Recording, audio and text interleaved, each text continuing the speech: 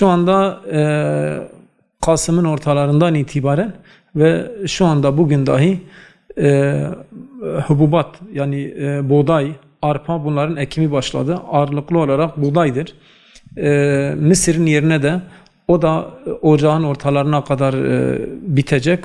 Onun yerine de buğdaylar ekilecek. Şu anda ekim yapılıyor.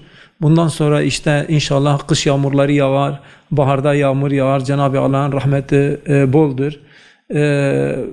Ondan sonra Haziran'da hasadını yapacağız inşallah. Hem bölgemize hem ülkemize hayırlı bir mevsim olur diye temennide bulunuyoruz. Yani Mardin genelinde 3 milyon dönüme yakın ekilebilir bir alanımız vardır. Bunun bir kısmı işte pamuk için ve bu yıl biraz işte Ege tarafından gelen şirketler bir 10-15 bin dönüm arazi kiraladılar, tütün işliyorlar.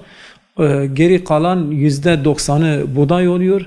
Kalan %10'unda da bu diğer işte arpadır. Çok az bir kısmına da nohut, mercimektir. Genelde hepsi buğday oluyor. Bu da sadece Mardin'de mevsim iyi giderse tabii.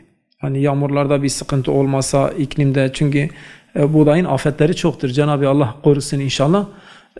İyi bir verim elde edilecek ve bölgemizde üretilen buğdaylar dünyanın en kaliteli buğdaylardır. Hem makarnalık hem de bu buğdaylarda üretilen bulgurlar coğrafi işaretler almış.